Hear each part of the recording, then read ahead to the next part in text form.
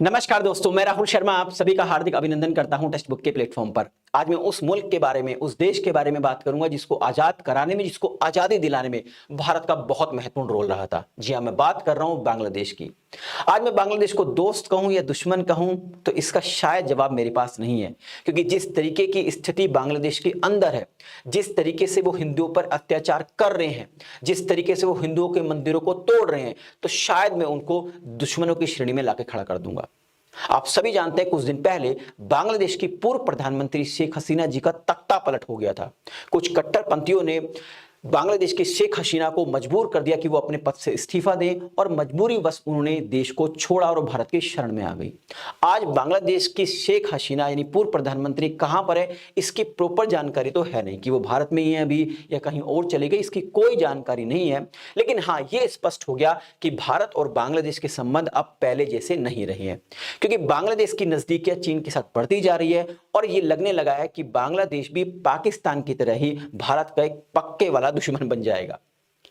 लेकिन दोस्तों, आप सभी जानते हैं कुछ दिन पहले बांग्लादेश के अंदर एक नई केयर टेकिंग सरकार आई और उसकी ओर से जो बांग्लादेश के प्रधानमंत्री बने वो बने यूनुस साहब।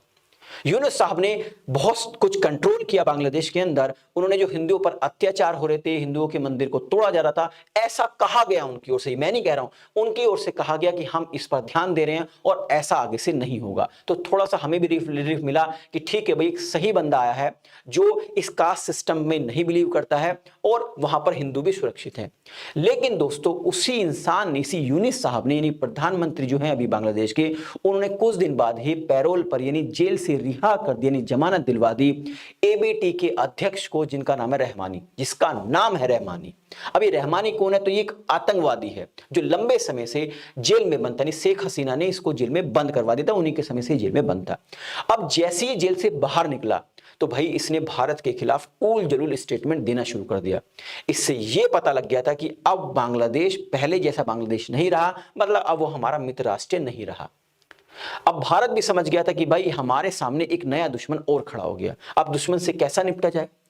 तो दोस्तों, अब एक ऐसी न्यूज निकल के आ रही है जिससे यह तो पता लग गया कि भारत जो एक शेर है उसके पंजे में एक बिल्ली यानी बांग्लादेश धीरे धीरे फंसने लगा है। मैं ये तो नहीं कह रहा हूं कि पूर्ण रूप से जबरदस्त तरीके से बांग्लादेश भारत के कब्जे में आ चुका है, लेकिन धीरे धीरे उसकी शुरुआत हो गई है।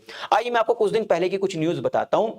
ये रहमानी है, ठीक है, एबीटी का अध्यक्ष। जब ये जेल से रिहा हुआ तो इसने कई सारे उल जलूल स्टेटमेंट दिए। इसने ममता बनर्जी को एक ऑफर दिया कि आप मोदी का साथ छोड़िए और हमारे साथ यानी बांग्लादेश के साथ मिल जाइए, हम बंगाल को अलग मुल्क बनवा देंगे। इसके अलावा इसने कहा है कि हम उन लोगों की आंखें निकाल लेंगे जो बांग्लादेश की ओर देखता है, यानी जो अल्पसंख्यक भारत के अंदर रह रहे हैं, अगर उनको किसी भी तरीके का कोई नुकसान हुआ तो हम उनको, उनकी आंखें निकाल लेंगे, उनके हाथ काट देंगे और चिकन नेक काट देंगे। चिकन नेक क्या, मैं आपको भी बताता हूं।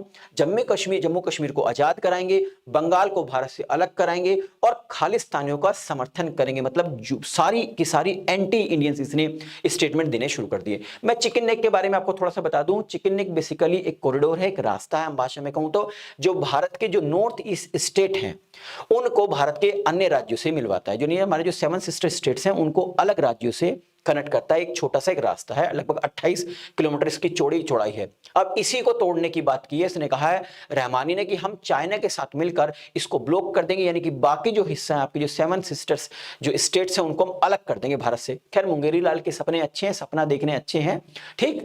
अब इससे लगने लगा था कि इस तरीके के स्टेटमेंट के बाद, और जब बांग्लादेश की सरकार उस पर कोई एक्शन नहीं ले रही थी, तो ये लगने लगा था कि भारत और जो बांग्लादेश के संबंध है वो दिन प्रतिदिन और खराब होते चले जाएंगे। लेकिन दोस्तों, जैसे मैंने कहा आपसे, एक न्यूज निकल के आ रही है जिससे बांग्लादेश धीरे धीरे हमारे कब्जे में आने लगा है। वो न्यूज क्या है तो मैं आपको बता दूं दोस्तों। देखिए, भारत की बहुत सारी कंपनियां इलेक्ट्रिसिटी यानी बिजली सप्लाई करती है बांग्लादेश को। अब इन कंपनियों का बकाया है लगभग $1 अरब का बांग्लादेश के ऊपर, यानी वो पैसा दिया नहीं है। अब जब ये स्थिति खराब हुई थी, शेख हसीना को देश छोड़ के भागना पड़ा, तो उस समय लगने लगा था कि भाई $1 अरब तो हमारा गया, ये तो हमारा पैसा गया, ये तो हमें मिलने वाला नहीं है।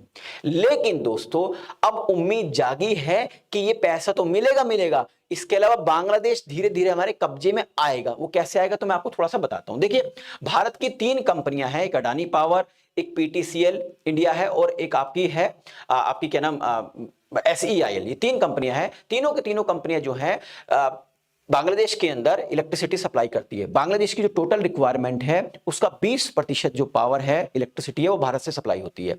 आपको मैं बता दूं दोस्तों, बांग्लादेश का जो इलेक्ट्रिसिटी बोर्ड है उसका नाम है बांग्लादेश पावर डेवलपमेंट बोर्ड, इसको शॉर्ट में बीपीडीबी कहते हैं।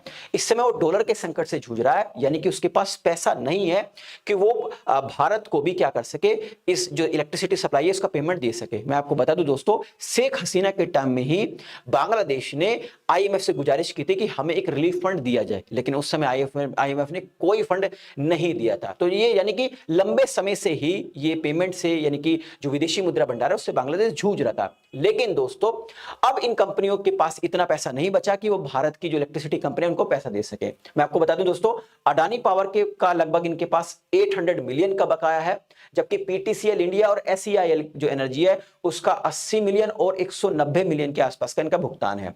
मैं आपको बता दूं दोस्तों, 2013 से ये सारी की सारी कंपनियां बांग्लादेश के अंदर इलेक्ट्रिसिटी सप्लाई कर रही है, यानी पावर सप्लाई कर रही है। लेकिन दोस्तों सब कुछ सही चल रहा था। 2022 के बाद से ही ये जो कंपनियां हैं भुगतान नहीं कर पा रही थी, पेमेंट नहीं कर पा रही थी। उस समय शेख हसीना थी, प्रधानमंत्री शेख हसीना के बड़े अच्छे संबंध थे भारत के साथ।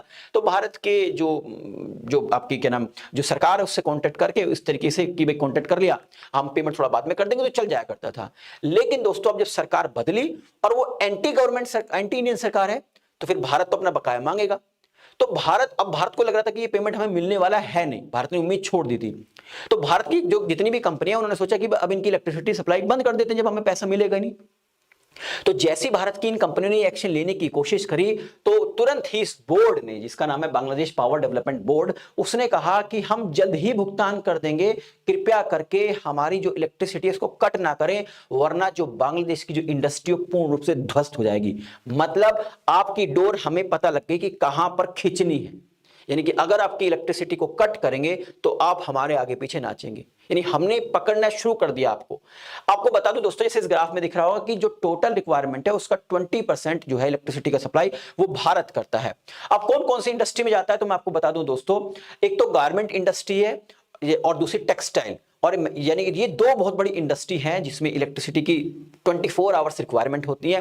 अगर भारत 20% की सप्लाई कट करता है, अब चाइना ऐसा तो है नहीं, तो बांग्लादेश चाइना की ओर देखेगा। अब चाइना ऐसा तो नहीं है कि 2 दिन के अंदर इलेक्ट्रिसिटी सप्लाई कर देगा, पूरा सिस्टम क्रिएट करने में कई साल लगेगा। इतने में इनकी भी वही हालत होगी जो श्रीलंका की हुई है, इनकी जो इकोनॉमी है वो ध्वस्त हो जाएगी, क्योंकि काफी हद तक इनकी जो गारमेंट इंडस्ट्री है और आपकी जिसका 28% रोल है देश की जीडीपी में, टेक्सटाइल इंडस्ट्री का 22% है, मैन्युफैक्चरिंग का 18% है, ठीक है, बाकी अदर का 17% है, सर्विस का 15% है। तो इन सेक्टर्स को इलेक्ट्रिसिटी की रिक्वायरमेंट है और इन इलेक्ट्रिसिटी में 20% भारत सप्लाई करता है। तो भारत अगर इलेक्ट्रिसिटी कट करते हैं तो इन इंडस्ट्री पर इंपैक्ट पड़ेगा, ठीक है, और अगर इंडियन इंडस्ट्री पे इंपैक्ट पड़ा तो देश की जीडीपी अभी तो जो बुरी है फिर बद से बदतर हो जाएगी। तो इसीलिए भारत के आगे पीछे हाथ जोड़ रहे हैं।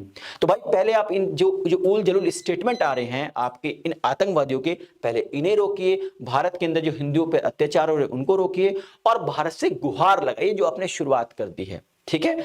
तो आई थिंक इस वीडियो के माध्यम से जो इन्फॉर्मेशन मैं आप तक पहुंचाना चाहता वो पहुंच गई होगी। आप सभी का बहुत बहुत शुक्रिया जुड़े रहने के लिए। अगर आपको मेरी वीडियो पसंद आई तो लाइक और शेयर करना ना भूलें, ताकि मुझे एक मोटिवेशन मिल सके इस तरह के कंटेंट बनाने के लिए। अगर आपने अभी तक हमारे चैनल को सब्सक्राइब नहीं किया तो चैनल को सब्सक्राइब करना ना भूलें, ताकि जो भी मेरी लेटेस्ट वीडियो है उसका नोटिफिकेशन आप तक पहुंचता रहे। आप सभी का बहुत बहुत शुक्रिया। नमस्कार, जय हिंद दोस्तों।